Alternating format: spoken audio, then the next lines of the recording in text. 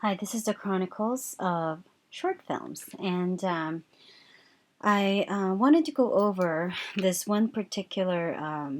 I have several screenplays that I'm writing, and one of them I have completely finished, and there's always room for editing, but I think at this point I wanted to hold off and let that one simmer, as I have three other short films that I have in my head to do.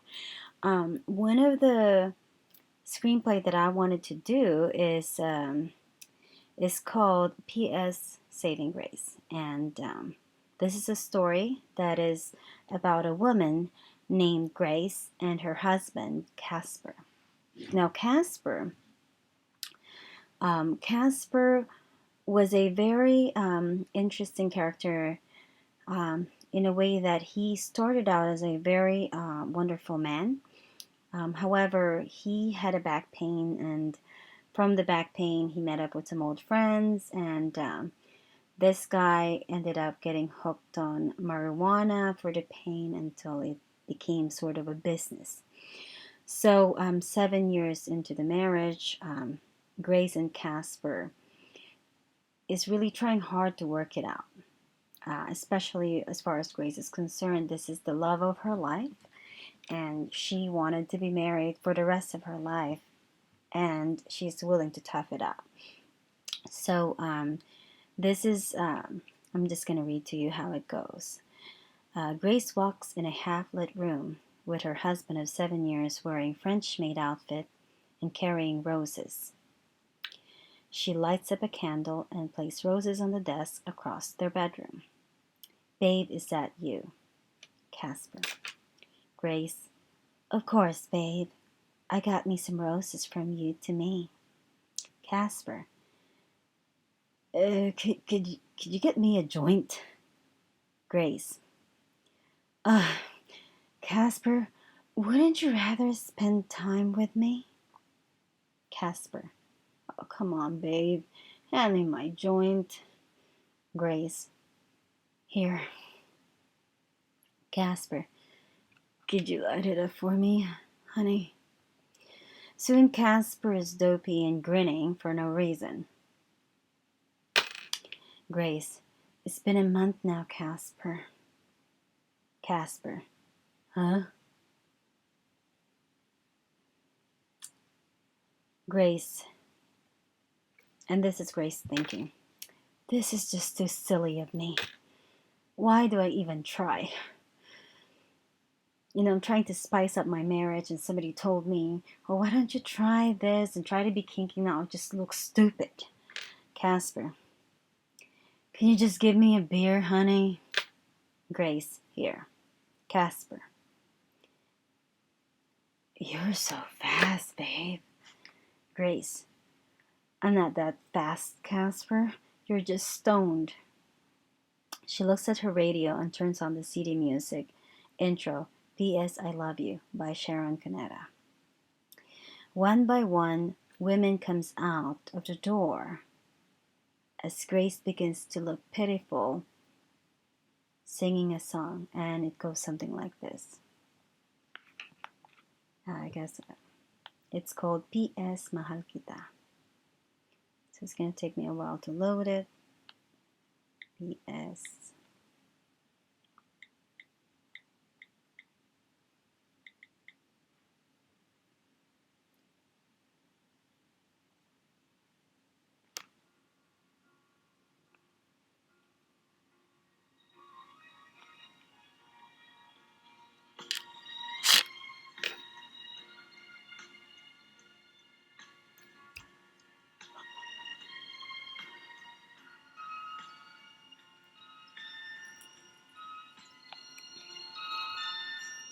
Kahit paano ang sa'tin ay gawin, dahil mahal kay handa kong tiisin. Kahit masaktan, hindi ko papansinin. Ang pag-iha ko'y huwag mong intindihin. Ang pag-ibig daw ay krus na kaibigat. Ang nag-antay payo nilang lahat. Di ko masawa, mahal kitang tapat. P.S. I love you, yan ba'y di pa sapat? P.S. Mahal na mahal kita. P.S. I love you, walang iba.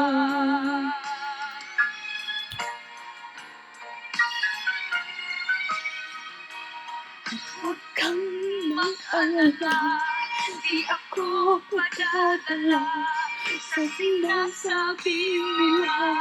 Sinta.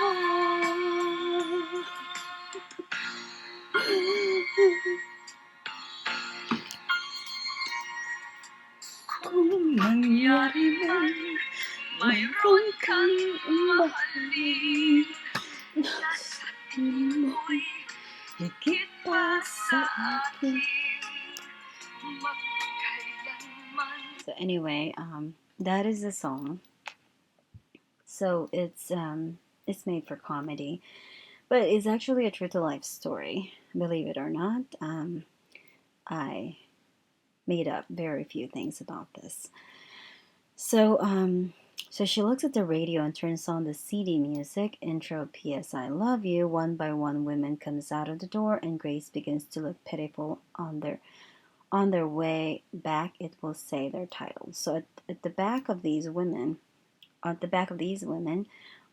their title. One is Mary Jane, the other is Mary Amphetamine. Then there's Coco Cocaine, and the fourth woman is Hester the Heroine.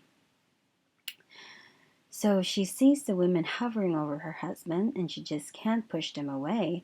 Then she starts emoting to the song as the women kept teasing Casper on the bed. Then she cries, and her makeup mascara is smeared. She moves to the beat of music, P.S. I love you. She attempts to prop her husband up on the bed, then starts to feel more disgusted cleaning after him. Towards the end of the song, she sobs and the sprinklers turn on with the blue light for the marijuana plants. There's like a whole gamut of beds for marijuana. After she was cleaning up, which is quite embarrassing when you're trying to initially wow your husband, Casper wakes up and says, "Where's my beer, honey? I need beer." And then Grace says, "Casper, we're out of beer. I gave you the last one." So Casper reaches for the beer bottle, drinks from an empty bottle, and throws it to the wall. "Give me my beer, Grace." So boom. So she threw it on the wall, almost hit Grace. "Get me my beer." And then Grace says, "All right, I'm heading out. I'm just getting my purse." So she was sobbing and picks up a bag. She grabs a bathrobe. She looks at a knife. All of a sudden, there's a knife, and she holds it. And she was hiding behind a wall where her husband couldn't see her as she was about to leave. And she thought about perhaps cutting her wrist. So she goes, "Aray." She looks at her husband and she sees a cross and her Bible, and she hears words, "Don't do it." She drops the knife and hides it under the counter and steps out. Grace almost about to hit. There's another piece here that I forgot to write. So after she couldn't really hurt herself, she had a thought. It's kind of like a cycle. And so that's kind of like the suspense part of this. Then Grace runs out and almost got hit by a police car on the road. The police hears the word "stop," and the police car stopped, and the officer steps out, worried about Grace. Police goes, "Ma'am, are you all right?" He sees her wearing some sleazy outfit under her bathrobe with makeup smeared on her face. So obviously this policeman knows that she was quite a disturbed woman, and so the police says, "Lady, you shouldn't be here." And then Grace says, I'm trying to run away. My husband's going crazy. He threw a bottle at me. And so he goes, oh, I'm so sorry, ma'am. So he picks up the phone and he calls for a backup and says, I have a lady on D in Dos Pozas Street. And then on the phone, this other lady, who is a cop, was actually singing inside her car, singing at a song by Elvis. And then she wasn't really thrilled to pick up the phone, but she says, I'm on my way, Josh. And then the police says, lady, do you have any form of identification on you? I don't know, I don't even have money for me. He just gave me something. I don't want to. Anyhow, you get the point. So the backup policewoman arrives with the siren, and the two takes Grace in the police car. Ma'am, do you have a place to go? Grace says, I don't know, I'm losing my mind. Nothing makes my husband happy except pot and beer. So the policeman says, Jessica, what about the women's shelter? And the policewoman says, ma'am, come in the car. Police will take you to Women of the Bay shelter. Grace says, see, I was so disturbed that night. So anyhow, then Grace talks on the camera and she says, see, I was so disturbed that night and I wanted to hurt myself or my husband, but then again I realized I should just walk away. 2 years Casper was a joy and a gentleman, and 5 years he was a pig and a bitch. So the forewoman makes fun of Casper and hits him left and right. This is like 2-3 days later. Meanwhile, Casper is actually hitting himself on the face. He looks hysterical. Calls on the phone. Grace, where are you? Where's my beer? Get off me. Grace, you bitch, this is all your fault. So anyway, he was very mad at Grace for leaving him. So the two police arrives and gives Casper a restraining order. Sir, you are not allowed to grow these at home. So they see that he's growing plants. The owner wants you out. This is illegal. Casper goes, no, I have the right to grow them. This is my house. It's mine. The police says the title belongs to your father. The policewoman says, let me handle this, Josh.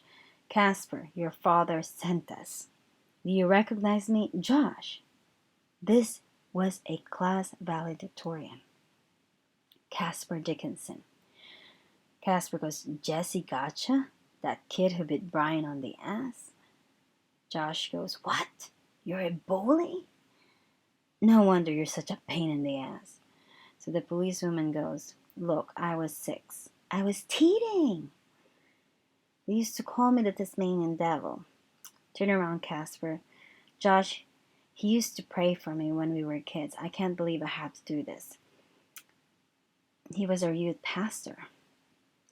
He was the only one who believed in me. The rest thinks I'm a monster. So here she was, having to put shackles on this man. And so he was quite, he was looking down and he was kind of ashamed. I mean, Casper was. Meanwhile, the 4 imaginary women that is representing each one of the drugs as he take was pretty much right behind. So anyway, I'm going to end it right here. Short films.